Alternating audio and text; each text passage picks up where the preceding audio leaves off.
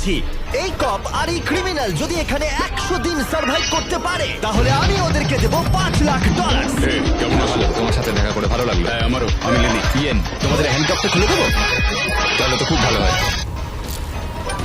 এখন থেকে 100 দিনের কাউন্টার শুরু হলো, আর তোমাদের মধ্যে যদি কেউ এখান থেকে বেরিয়ে যাওয়ার সিদ্ধান্ত নাও তাহলে দুজনেই কিচ্ছু পাবে না। তোমরা বাস্তবে কখনো $5,00,000 দেখেছো? না মানে জেল থেকে বেরোনোর পরে আমি $5,00,000 পাবো, সেটা কি কাউন্ট হবে? তুমি কত বছর ধরে পুলিশ? 17 বছর ধরে। আর তুমি কত বছর ধরে আসামি? 3 বছর ছিলাম ফেডারেল কারাগারে। ওখানকার সাথে এখানকার বেডের তুলনা কত? এগুলো একটু মোটা আর আমাদের পিলোও রয়েছে। আসল জেলে তার মানে পিলো দেওয়া হয় না, না? ওরা পিলো দেয় না। যাই হোক, পিলোর কথা বাদ দিলে এই প্রিজনটা হলো 1:1 রেপ্লিকা, ঠিক যেমনটা আসল প্রিজন হয়। ভাই, প্রিজনের টয়লেট এরকমই হয়। ওয়াও। তোমরা দিনে 3 বার খাবার পাবে, প্রতি রাতে একই সময়ে লাইট অফ হবে, আর একই সময়ে প্রতিদিন ঘুম থেকে উঠতে হবে। Good luck. ওরা একদম প্রিজনের মতো এটা তৈরি করেছে। চেয়ারগুলো বড্ড ঠান্ডা, অদ্ভুত লাগে। এখনো জানতাম না যে এই ভিডিও যত এগোবে ইয়েন আর লেনি ততই একে অপরের শত্রু। ইয়েন, আমি তোমার রুমমেটকে একটা চয়েস দিয়েছি। তোমরা এই প্রিজন ইয়ার্ডের বদলে একটা সব সরঞ্জাম সমেত কিচেন পাবে। আমি জানিও কি বেঁচেছে, ওই ইয়ারটাই চুজ করেছে। হ্যাঁ, ঠিকই বলেছো, আমার অফারটা নেয়নি। মানে প্রত্যেকদিন তোমরা খাবার নিয়ে অভিযোগ জানাও, তাই এই অফারটা দিলাম। দেখো, আমি ভেবেছিলাম তোমাদের জন্য একটু সহজ করে দেবো। হ্যাঁ, আমিও আমার পরিবারকে ছাড়া 1 বছর রয়েছি। তার মানে আমি আমার বাবাকে বছরে 1বার বা 2বার দেখতে পাই। কি বলছো? কিন্তু আমার মা আর ভাইকে 1 বছর হয়ে গেল দেখিনি। সত্যি? হ্যাঁ, আর কি বলি। যেহেতু ইয়ার্ডের সময়সীমা সীমাবদ্ধ, কখন বেরোতে পারবো? তাই পরের চ্যালেঞ্জের আগে ওরা এখানে ক্রিয়েটিভ সময় কাটানোর উপায় বার করলো। এটা একটা কেচাপ ডজ বল। চলে যাও এখান থেকে। আমাদের একটা ইএমটি চাই, আমাকে সাহায্য করুন অফিসার। আমি কি বাঁচবো? আমার নিঃশ্বাস বন্ধ হয়ে যাচ্ছে। আমাদের বন্দীরা এই প্রিজনের মধ্যে 30টা দিন কাটিয়ে ফেললো। দেখা যাক ওরা কি করছে। কি খবর? হেই ওয়ার্ডেন জিমি, তোমরা 1 মাস কাটিয়ে ফেললে, কেমন লাগছে? ভালোই লাগছে। তোমরা এবার ভেতরে চলে এসো। এই প্রিজনে নতুন একটা এরিয়া আমরা আনলক করতে চলেছি, আর সেটা এক্ষুনি। লাইব্রেরি আনলক করো। তুমি মজা করছো? ও, কি বলছো কি? হ্যাঁ সত্যি, এখানে প্রচুর বই রয়েছে। এখানে ম্যাগাজিন রয়েছে। আরে একটু দাঁড়াও, একটা টুইস্ট আছে। এই লাইব্রেরির অ্যাক্সেস 100% ফ্রি, কিন্তু এই অ্যাক্সেস একজনই পাবে। পরের 70 দিনের জন্য তুমি মজা করছো। তোমাদের মধ্যে একজন ভেতরে গিয়ে পড়াশোনা করতে পারবে, কিন্তু অন্যজন পারবে না। ও, প্রত্যেকদিন 1 ঘন্টা করে? আর বইও বাইরে আনা যাবে না? না, বাইরে আনা যাবে না, ওটা একেবারেই নিষিদ্ধ। আচ্ছা, কি কেমন ধরনের বই আছে এসো ভিতরে? এসে দেখে যাও, এখানে প্রচুর বই রয়েছে। এখানে বাইবেলও রয়েছে। এই দেখো, এই বইটাই আমাকে টিকে থাকতে সাহায্য করবে। আমার এইটারই দরকার ছিল। এই কম্পিউটারটা এখানে কিসের আর জন্য? তুমি ওটা রেখে দাও। ও বই চুরি করবার চেষ্টা করছে। এটাতে টেট্রিস আর মাইন্ড সুইপার খেলা যাবে।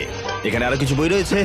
ও ভাই, এটা কঠিন হবে। আমার কিছু বলার নেই। এবার তোমরা বাইরে এসো, আমি তোমাদের কয়েক ঘন্টা সময় দিচ্ছি একে অপরের সাথে কথা বলার জন্য। ভেবে ডিসিশন নিও। আমি এটা খুশি নই একদম। তোমরা কি বই পড়তে এতটাই ভালোবাসো?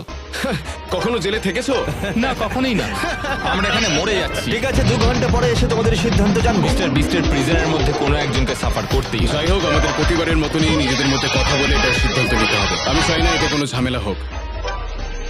আমি যাবার পরে ইয়েন আর লেনি একে অপরকে এড়িয়ে যাচ্ছিল। কি করব এখন? আমার এই অফারটা ওদের কাছে যন্ত্রণাদায়ক ছিল। আমার চোখের সামনে লাইব্রেরি।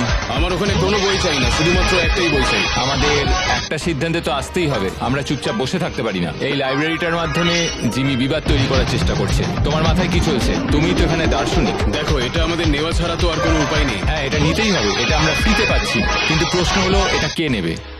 দাঁড়াও, আমি আগে একটা বাস্কেট করে নিই। দেখো, আমরা এতদূর যা ডিসিশন নিয়েছি তার সবকিছুতেই আমি খুশি। আর আমি এবারে তোমাকে সিদ্ধান্ত নেবার সুযোগ দিচ্ছি, কারণ আগেরবার তুমি আমাকে সুযোগ দিয়েছিলে। ও সরি। কি করব বুঝে উঠতে পারছি না। লাইব্রেরির সিদ্ধান্তটা লেনি ইয়েনের ওপরে চাপিয়ে তো দিল, কিন্তু লেনি একটা বিষয় চিন্তা করা থামাতে পারছিল না। আমি শুধু আমার বাইবেলটা চাই। আচ্ছা, তুমি আমাকে সত্যি করে বলো যে তুমি এই লাইব্রেরিটা ঠিক কেন নিতে চাও? আসলে 100 দিন থাকার জন্য আমার যেটা দরকার আমি সেই মতোই বলেছি। তাহলে তুমি এখানে 100 দিন থাকবে আর আমি থাকবো না। তুমি লাইব্রেরিটা এত চাইছো কেন? একমাত্র বাইবেল আমাকে বাকি 70 দিন এখানে টিকিয়ে রাখতে পারবে, সেই জন্য আমার লাইব্রেরি চাই। তো যেহেতু আমি ধার্মিক নই, সেটাই কি সমস্যার? ও না, এটা আমি একদমই করিনি। আমার মনে হচ্ছে তুমি বিনা কারণেই এবার আমার ওপর চোটপাট শুরু করে দিয়েছো। তাহলে কাউকেই বই নিতে হবে না? তুমি যদি তাই চাও তাহলে তাই হোক। ঠিক আছে। হ্যাঁ, তাই হোক। কিন্তু পরে এটা নিয়ে তোমায় আফসোস করতে হতে পারে। সত্যি কথা বলতে পুরো ব্যাপারটা এবার হাস্যকর হয়ে উঠছে। দেখো এবার তুমি কি করবে, পুরোটাই তোমার বিষয়। আমার মনে হয় আমাদের ওয়ার্ডেনের সাহায্যে তাহলে তুমি নাকি তুমি আগামী 70 দিন প্রতিদিন 1 ঘন্টা করে লাইব্রেরি ব্যবহার করার সুযোগ পাবে। জিমি, সত্যি কথা বলতে মনে হচ্ছে আমি লাইব্রেরির এন্ট্রি পাবো। তুমি এতে রাজি? হ্যাঁ, তুমি তো সুযোগ দিচ্ছ। আমার তো চিন্তা হচ্ছিল। এই সিদ্ধান্ত নিতে আমাদের কষ্ট হয়েছে খুবই। তুমি ওকে কেন এটা দিলে? যখন ইয়ার্ড নেওয়ার বিষয় ছিল আমি হ্যাঁ বলেছি। তখন ও কোনো দ্বিধাবোধ করেনি $25,000 জন্য। ও আমার কথায় হ্যাঁ বলেছিল, আর সেটা আমার খুব ভালো লেগেছিল, তাই এই লাইব্রেরিটা ও ডিজার্ভ করে। তুমি তো লাকি। খুব ভালো মানুষ, খুব ভালো একটা পুলিশ। আমি একটা পুলিশের কাছ থেকে এরম আশা করিনি, আমি ভুলছিলাম। এটা বলার এটাকে কোথা আর তাই প্রিজন চেঞ্জ হতে শুরু করলো। জায়গাটা আমার একটু ভালো লাগছে। যদিও ক্যামেরা সব সময় ওদের উপর লক্ষ্য রাখছিল, তবুও ইয়েনের অপরাধী মন অবশেষে উঁকি দিল। এটা হতে পারে না যে ও একটা বাইবেল পড়তে পারবে না, কোনো বই পড়তে পারবে না, কোনো কিছুই করতে পারবে না, অথচ আমি সবকিছু উপভোগ করে যাব। এটা